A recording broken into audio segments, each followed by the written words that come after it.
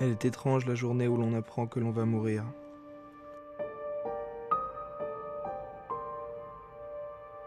On se met d'abord à pleurer, comme si on était le spectateur de son propre enterrement. Ensuite on étouffe, on arrive à peine à reprendre son souffle, et enfin on est en apesanteur. Quand j'étais petit, je croyais que ce serait une journée très spéciale. Je n'aurais jamais imaginé qu'elle se serait rallongée dans le temps jusqu'à en devenir un mois entier.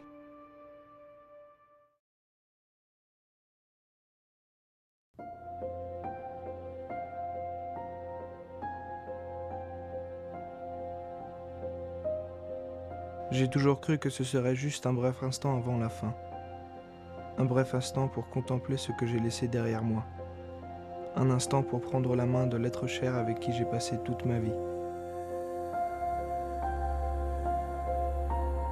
Ça doit être la faute de tous les films et les livres romantiques que j'ai pu lire et voir.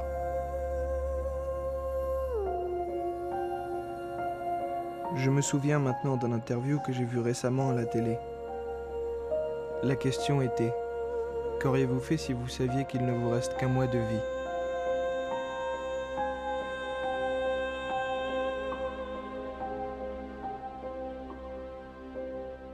Y a-t-il un organisme qui finance de tels projets? À 22 ans, on pense rarement à faire ce genre d'économie.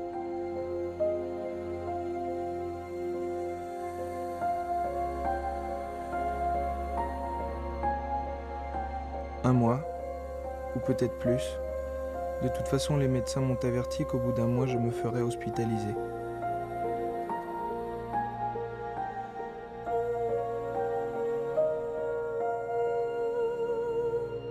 Je suis né à Paris. J'y ai passé toute ma vie et je ne suis jamais tombé amoureux.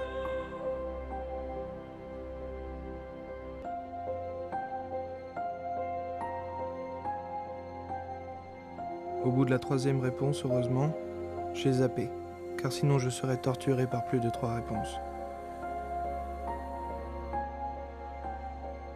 Et puisque je ne veux pas que cela vous arrive, je vais vous dire la vérité. Je vais aussi vous dire quelle est la différence entre vous et moi.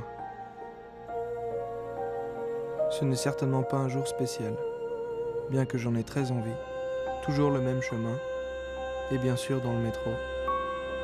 Je me rends compte maintenant que j'ai passé une grande partie de ma vie sous terre. La nourriture est la même. L'eau est la même.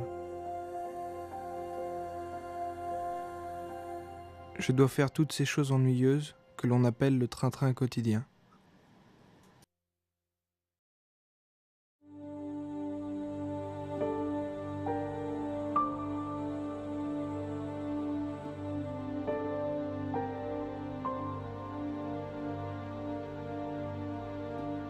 Quand un homme est malade, il ne va pas travailler.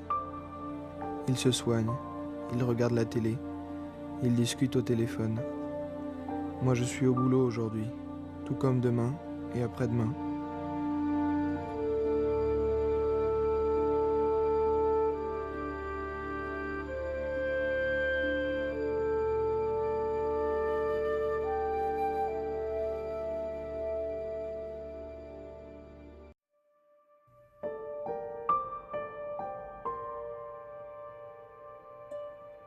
J'ai toujours voulu le faire.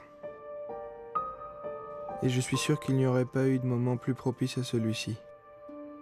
À la maison, il n'y a pas de photo de moi. J'aime pas me prendre en photo. Les seules photos de moi sont celles dans lesquelles je suis tombé par hasard.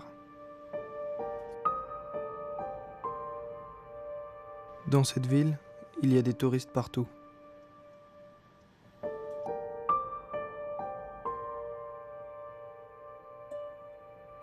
Désormais, les seuls souvenirs de moi seront éparpillés dans tous les coins du monde, dans les mains de personnes inconnues. Si je savais que ça allait se passer comme ça, j'aurais au moins pris la peine de sourire.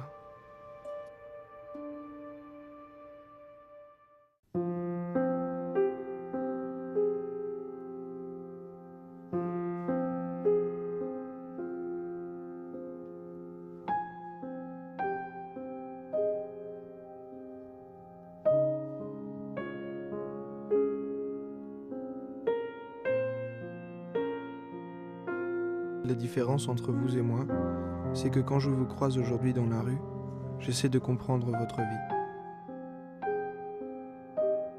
Est-ce que je voudrais être à votre place, ou vous à la mienne ?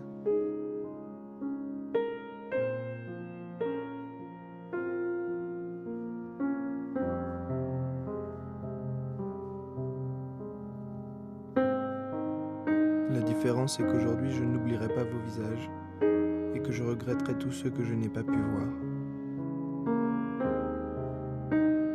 Ce jour est extraordinaire.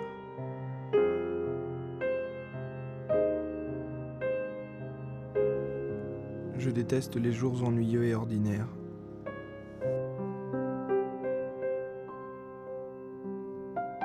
Je vais sans doute me mettre à faire les choses que j'aime. Je vais sans doute prendre du plaisir à vivre chaque instant de ce dernier mois, mais ce sera une fois sorti de cette déprime. Certains psys prétendent que la déprime dure 1 mois.